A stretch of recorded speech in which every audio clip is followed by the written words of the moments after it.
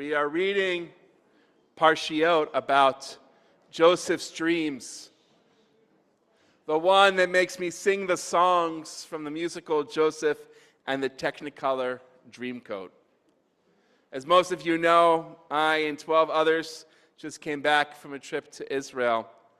And one refrain that we heard from everybody we talked to was a wish that what they experienced from October 7th, 2023 until today was just one long nightmare, and that they would wake up from it and be back to a pre-10/7 world.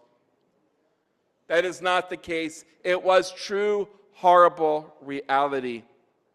And though the events that caused it and the war have seemed to come to a close, and real life or normal life is at least being acted upon, Israelis are not okay. My colleague, Rabbi David Seth Kushner, wrote recently, PTSD in Israel is omnipresent as hummus is. He says it's going to take decades to metabolize the reality and the betrayal that happened, caused by our leadership, by Israel's neighbors, and really the entire world. The goal of our trip was to share our love, our presence to the citizens of a country that is just beginning to start a healing process that's going to take over a decade. We heard many stories from the people we met, some planned, some unplanned. And it seems that just the act of telling, our listening, and most importantly, the promise that we would amplify their story had a healing effect that maybe just like Bikor Cholim, visiting the sick, takes away 1/60th of the pain, maybe we took away 1/60th of their pain. A few of their stories. I begin with Marcelo Burdman, the president of our sister congregation, the conservative synagogue Netzach Yisrael in Ashkelon, less than 5 miles from the Gaza border. Though they were not infiltrated on October 7th, for the decades even before, Ashkelon was bombarded by rockets, and certainly even after 10/7, they were. You might recall from all the times that the rockets were hitting that it takes only 15 seconds to get to shelter. That fact affects daily life. When do you shower? They actually figured out that most of the rockets come at the top and bottom of the hour, so at the 14th of the hour, that's when they would go into the shower. You have to think about when your shelter is a public shelter with the people in your apartment building, what are you going to wear to bed? And if it's winter, where is your coat and your slippers to go into the unheated shelter? That anxiety still lingers to today. There are children with bedwetting issues, a sign of anxiety. They had the first responders change the siren tones so that they would not be triggers from all the sirens that they heard during the war. People sold their motorcycles because the backfires were too frightening, reminding them of rockets. And whenever someone sees a white pickup truck that looks like the ones driven by the hostages, there's videos. This war was on video. That attack on October 7th was on video. That is a trigger that people have to deal with. A percentage of soldiers, about 5 to 10% it seems, come back from war with severe symptoms affecting daily life. By the way, we knew this for a long time. Think about people from Vietnam coming back with shell shock and having trouble leaving their home, really functioning in daily life. And unfortunately, those who choose to escape via drugs and substance abuse, and God forbid, the ones who act on suicidal thoughts. Thankfully, compared to even 10 years ago, based on our tour guide Rabbi, who has been in the reserves since 2014, the IDF is now accepting that there is a need to treat PTSD. Everybody who comes back from reserves now has a mandatory 2 to 3 day retreat that they have to go on, where there are psychologists and really just group therapy for people to recognize that whatever pain that they are going through is not something that's not macho, and certainly they are not alone on it. Soldiers are now much more willing to let themselves be classified with PTSD, which is not easy because, again, it's seen as not macho. But by allowing that qualification, that classification, they can get mental health services and a stipend since they're not able to work, most of them. Of course, there's a need for more. TIGN is a proud contributor to AFINS, the American Friends of Israeli Navy SEALs, which in turn finances a program called Buddyline. What is Buddyline?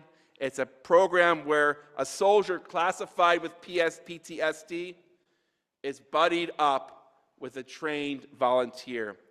The volunteer acts as a guide and confidant. Think about a sponsor in 12 steps. The program is structured around various therapeutic activities: sailing, scuba diving, surfing, horseback riding, and even free diving, which is going in without an air tank and training yourself to calm your body so that you can sustain yourself without having to come up with air. All of these are actually very therapeutic that help people deal with their anxiety and trauma. We went on a boat ride with current participants. The person on our boat is living in a safe house right now, taking it minute by minute, not just day by day. The best success story that we heard was of a sniper who had to wear a hat and look down the whole time because his body, his mind was trained to always look as a trigger computer, and he needed to turn that off. So he would go sailing out into the horizon where there is no targets to look at. And he would just train his mind to say he doesn't have to do the targeting anymore. At the end of the program, they do a retreat in the desert where, again, it's just them and their feelings and each other and support. And they had a bonfire. And he takes his hat and throws it into the fire. He no longer needs the hat. He can calm himself down and move on with his life. We visited Kibbutz Cholit, the smallest kibbutz on the Gaza envelope. It sits 1 mile from Gaza. The terrorists arrived at Cholit before 7 a.m. The attack started at 6:29. Mintz, one of the residents, led us around. He moved to Cholit in 2012 as a 22-year-old with a few shekels and a dream. He wanted to make this remote but gorgeous settlement his home. And he did just that. He lived with his wife and young children in a courtyard with 10 other families. The Shabbat table had to be outside because it was so big, the families, to accommodate everybody. The kibbutz is no longer a socialist kibbutz, but these 10 families were one large family.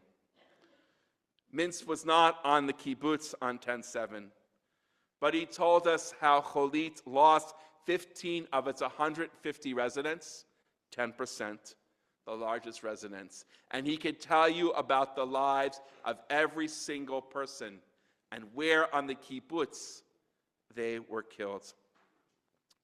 The government wants to rebuild Gaza. They have a dream of having 120,000 residents in the envelope by 2033. There were 60,000 on October 6th, so twice the number. Will these residents be the ones to return? Well, if they don't have any money to move elsewhere, they will have to go back to their homes. Some, like Mintz, really want to go back. He wants this to be his home. His wife disagrees. We'll have to see what happens with Mintz. But we have to know that most of the people moving to the Gaza envelope will be new pioneers, willing to be on the front line protectors, but that the former residents might just be too traumatized. We need to honor those wishes. It's not out of weakness. What is most sickening about post-10/7 is the continued deliberate and hateful denial of what happened on October 7th, including the sexual violence, by supposedly educated, reasonable people in the world. Last Friday, we spoke with Shari Mendez. She's part of a volunteer crew of women trained to help in the identification process of women combat victims, as well as civilians in mass casualty events. Shari was eyewitness to the sexual violence perpetrated by Hamas. And Shari has insisted on bearing that witness to the world. She spoke to the UN, traveled to Europe, and spoke to visitors that came to Israel. And too many times, Shari has faced outright denial. This didn't happen. Hamas didn't do that. Did you do this? Did you do that? Never saying, you saw it, we trust you. And this denial continues to this very day. There was an article about it this week. Shari was pleased by our listening ear and an affirmation of her trauma, of Israel's trauma, and of her testimony. We promised to amplify her story. We visited a Chabad-run soup kitchen in Ofakim, the farthest settlement that the terrorists went to. We met with Faraj, the head volunteer. Apparently, he had never told his story except to his rabbi until this day when he told it to us at the end of 2025. He told us on the morning of 10/7 that his family went to another house and a bigger safe room. Faraj found himself alone in his safe room, and something told him that he needed to leave the safe room and go back to his house. He did, and that saved his life, because the terrorists shot into the safe room, and there were bullet holes right where Faraj was minutes before he left it. He spent the next 6 hours on his kitchen floor with his head like this, totally silent, as the terrorists shot into his living room, were all around his house, until the IDF came and gave him an all clear. Faraj is over 80. And what did he do the next day? He asked the Chabad rabbi if he could help deliver food to those locked down in their homes on October 8th. He never told this story before except to the rabbi. He felt comfortable telling us. And what did he do the next day? What was his way to cope and respond? Chesed, kindness. There's evil in the world. I am going to fill it with kindness.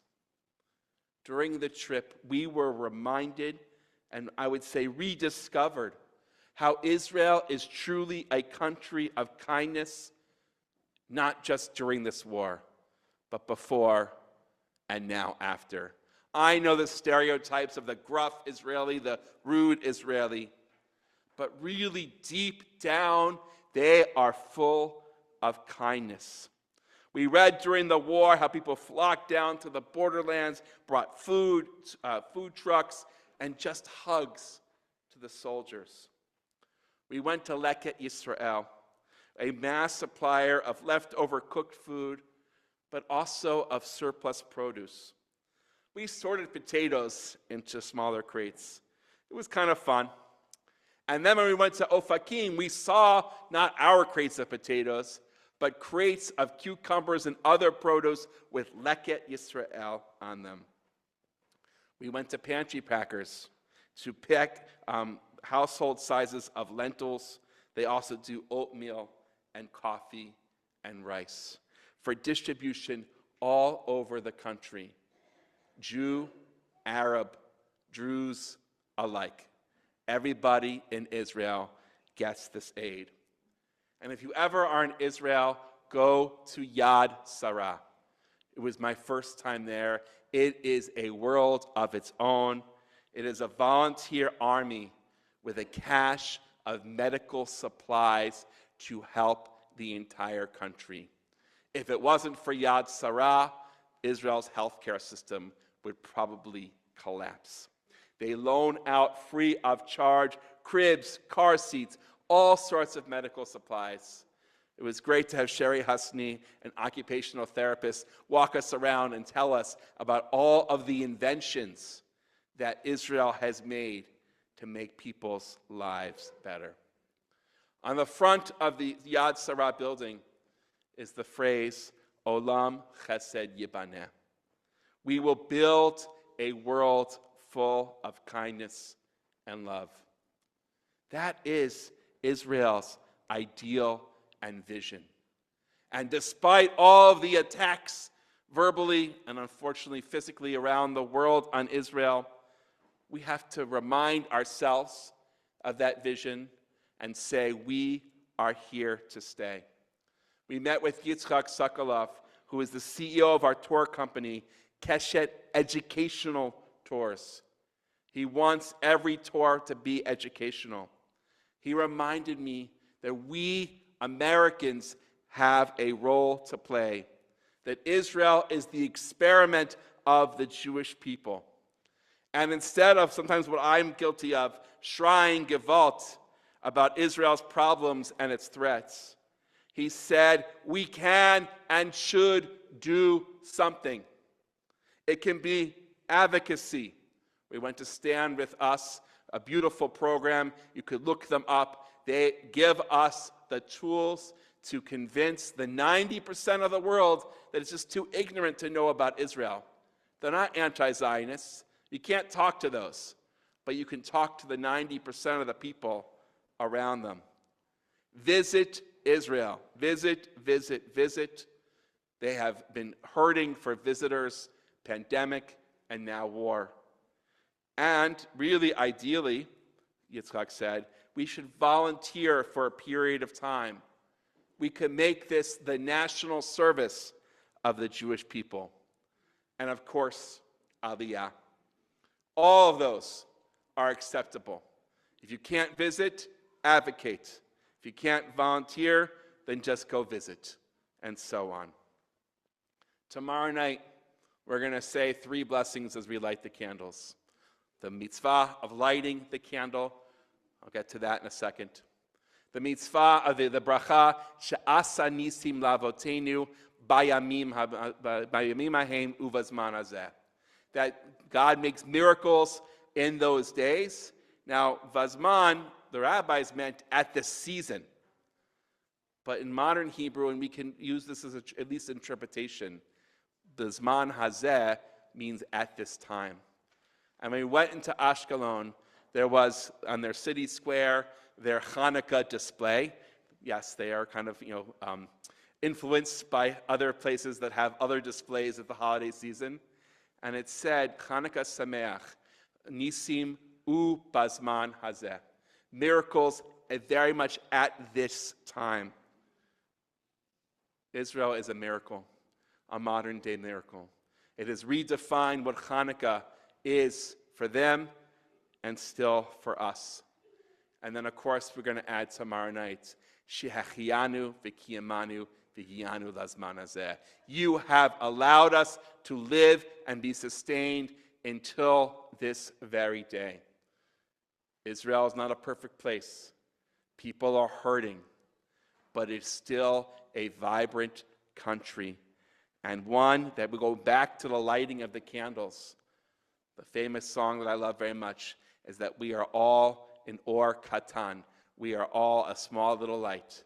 And if we each light our light, we can fill the world with light and banish darkness and hatred. Shabbat Shalom.